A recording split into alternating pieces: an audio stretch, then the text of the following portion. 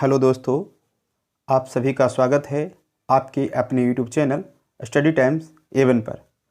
आज हम आप सभी के लिए लेकर आए हैं जीके जीएस का 25 महत्वपूर्ण क्वेश्चन।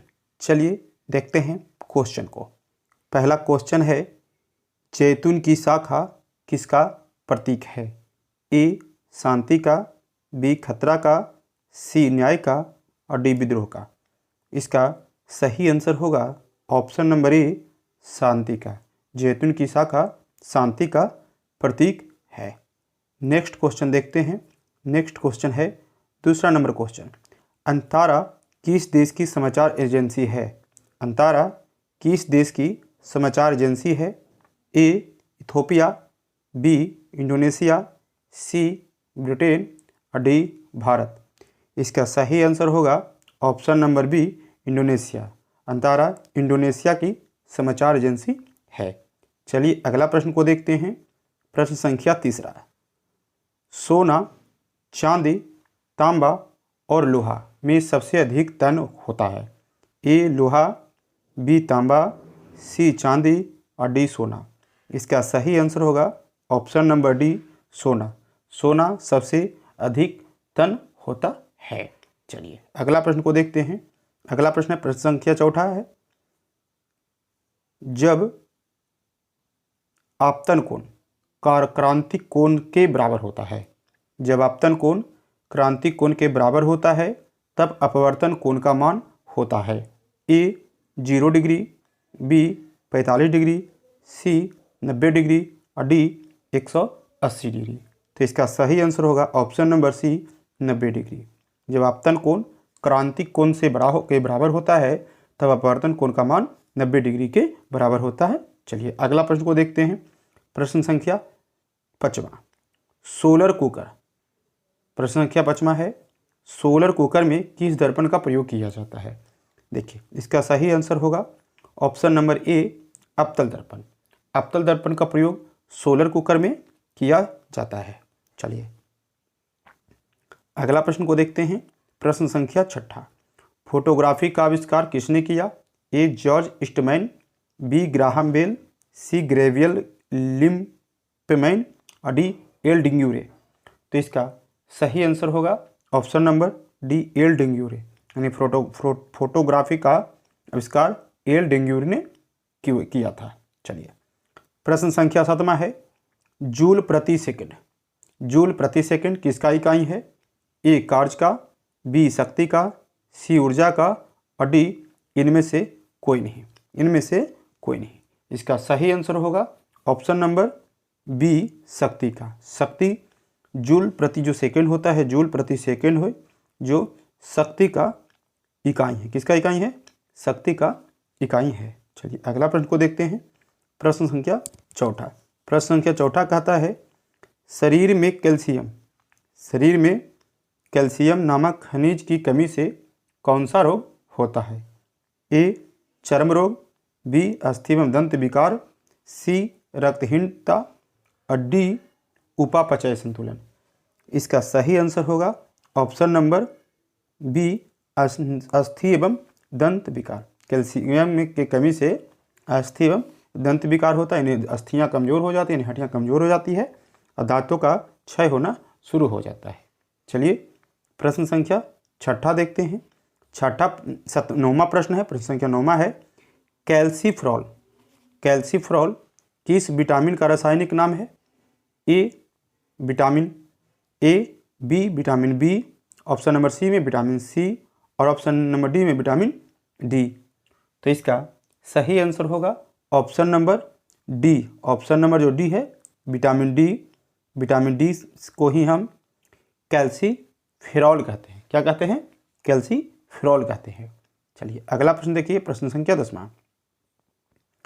प्रश्न संख्या 10 है, निम्नलिखित में से किस तना का मुख्य कार्य खाद्य संश्लेषण है? निम्नलिखित में से किस तना का मुख्य कार्य खाद्य संश्लेषण है? ए प्याज, बी अदरक, सी आलू और डी नागफनी। तो इसका जो सही आंसर होगा ऑप्शन नंबर डी होगा नागफनी। नागफनी का जो नगफनी है जो का इसका मुख्य कार्य है खाद का संश्लेषण करना। क्या करना? खाद का संश्लेषण करना। चलिए अगला प्रश्न को देखिए, प्रश्न संख्या 11, प्राकृतिक वर्ण का सिद्धांत। किसका सिद्धांत? प्रश्न संख्या 11 है, प्राकृतिक वर्ण का सिद्धांत किससे संबंधित है? प्राकृतिक वर्ण का सिद्धांत किससे संबंधित है? ए हेक्सले, बी लेमार्क, सी मेंडल और डी डार्विन। तो इसका जो सही आंसर होगा ऑप्शन नंबर क्या होगा? डी होगा, डार्विन। डार्विन प्राकृतिक वर्ण का सिद्धांत से संबंधित है डार्विन। चलिए मेंडल का संबंध किससे है? अनुवांशिकी से है। अनुवांशिकी से किसका संबंध है? मेंडल का संबंध है। चलिए अगला प्रश्न देखते हैं, प्रश्न संख्या 12, भारी जल। किसका? भारी जल का रासायनिक नाम क्या होता है? तो A hydrogen oxide, B deuterium oxide, C hydrogen peroxide और डी ट्रिटियम ऑक्साइड। तो इसका सही आंसर होगा option number B. Option number क्या है? बी होगा, ड्यूटेरियम ऑक्साइड। ड्यूटेरियम ऑक्साइड का D2 होता है, सूत्र क्या होता है? D2 होता है, और जल का सूत्र होता है H2 होता है, तो इसका D2 होगा। चलिए अगला प्रश्न को देखते हैं, प्रश्न संख्या 13। प्रश्न संख्या 13 है, जिप्सम का रासायनिक सूत्र क्या है? जिप्सम का रासायनिक सूत्र क्या है? ए CSO4 2H2O, B CSO4 5H2O, सी Na2SO4 2H2O, इनमें से कोई नहीं। तो इसका जो सही आंसर होगा ऑप्शन नंबर ए होगा, CaSO4 2H2O। CaSO4 2H2O होगा। चलिए अगला प्रश्न को देखते हैं, प्रश्न संख्या 14। प्रश्न संख्या 14 है, ऑक्सीजन से ओजोन बनाने के लिए निम्नलिखित में से किसकी आवश्यकता होती है? ऑक्सीजन से ओजोन बनाने के लिए निम्नलिखित में से किसकी आवश्यकता होती है? ए अवरक्त किरण, बी प्रवैगिनी किरण और सी दृश्य किरणों की और डी इनमें से कोई नहीं। इसका सही आंसर होगा ऑप्शन नंबर बी प्रवैगिनी किरण सही होगा, ऑप्शन नंबर बी प्रवैगिनी किरण। चलिए नेक्स्ट प्रश्न को देखते हैं, 16 ब्रोमीन है। ब्रोमीन क्या है? तो सबसे पहले हमको ध्यान रखना है, ब्रोमीन एक अधातु है। क्या है? ब्रोमीन एक अधातु है। चलिए उसके बाद क्या है? एक कमरे के ताप पर द्रव अवस्था में रहता है, लेकिन ऑप्शन यहाँ है कि जल में अम्लीय रंगहीन गैस है, अत्यधिक ज्वलनशील गैस है, एक काला द्रव है और डी एक लाल द्रव है। तो इसका सही आंसर होगा ऑप्शन नंबर डी, एक लाल द्रव है। क्या है? एक लाल द्रव है। चलिए अगला प्रश्न देखिए, प्रश्न संख्या 17। प्रश्न संख्या 17 है, नसीकेतोपख्यान ग्रंथ किसने लिखी? ए लल्लू लाल, बी सदल मिश्र, सी कैरी और डी यशपाल। इसका सही आंसर होगा ऑप्शन नंबर बी सदल मिश्र है। सदल मिश्र ने नसीकेतोपख्यान ग्रंथ की रचना की है। अगला प्रश्न को देखिए, प्रश्न संख्या 18। एक स्वतंत्र राज्य के रूप में शिवाजी का राज्याभिषेक कहाँ किया गया था? ए रायगढ़ में, बी पूना में, सी सूरत में, डी सिंहगढ़ में। तो इसका सही आंसर होगा ऑप्शन नंबर ए रायगढ़ में। शिवाजी का एक स्वतंत्र राजा के रूप में रायगढ़ में राज्याभिषेक किया गया था। चलिए अगला प्रश्न देखते हैं, प्रश्न संख्या 19। अगर आप सभी को वीडियो अच्छा लग रहा है तो हमारे चैनल को सब्सक्राइब कर दें और वीडियो को लाइक कर दें और इसे ज़्यादा से ज़्यादा लोगों के बीच शेयर कर दें। चलिए प्रश्न संख्या 19, किस शहर में अंतर्राष्ट्रीय मुद्रा कोष का मुख्यालय है? ए रोम, बी न्यूयॉर्क, सी टोक्यो और डी वाशिंगटन डीसी में। तो इसका सही आंसर होगा option number D Washington DC, यानी अंतर्राष्ट्रीय मुद्रा कोष का मुख्यालय वाशिंगटन डीसी में है। चलिए अगला प्रश्न को देखते हैं, प्रश्न संख्या 20, सफ़ेद कुमुदनी कहाँ का राष्ट्रीय प्रतीक है? सफ़ेद कुमुदनी कहाँ का राष्ट्रीय प्रतीक है? ए इटली, बी यूनान, सी गिनी और डी साइप्रस। इसका सही आंसर होगा option number A Italy. Option number A, सफ़ेद कुमुदनी कहाँ का राष्ट्रीय प्रतीक है? इटली का प्रतीक है। चलिए अगला प्रश्न देखते हैं। प्रश्न संख्या 21। कवि हरिसेन किस राज्य के दरबार में था? कवि हरिसेन किस राज्य के दरबार में था, यानी किस राजा के दरबार में था? ए स्कंदगुप्त, बी समुद्रगुप्त, सी चंद्रगुप्त और डी कुमारगुप्त। इसका सही आंसर होगा ऑप्शन नंबर बी, समुद्रगुप्त के दरबार में कौन था? हरिसेन था। कौन था? हरिसेन था। अगला प्रश्न को देखिए।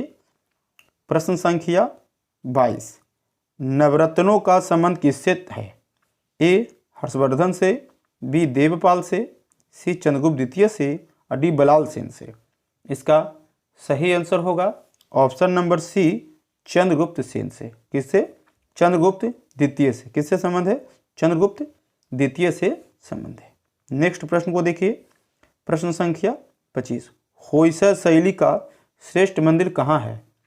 होयसल शैली का श्रेष्ठ मंदिर कहाँ है? ए अजंता, बी हलेबीड, सी कार्ले और डी मदुरै में। तो होयसल शैली का श्रेष्ठ मंदिर Halebid, option number B. Option number B में क्या है? हलेबीड में। कहाँ है? हलेबीड में श्रेष्ठ मंदिर है। चलिए अगला प्रश्न को देखिए। प्रश्न संख्या 24। पृथ्वी की पपड़ी में निम्नलिखित में से कौन सा तत्व पाया जाता है? A silicon, B chromium, C aluminium और डी क्लोरीन। तो पृथ्वी की पपड़ी में ऑप्शन नंबर ए सिलिकॉन पाया जाता है। क्या पाया जाता है? सिलिकॉन पाया जाता है। चलिए अगला प्रश्न को देखिए। प्रश्न संख्या है 25।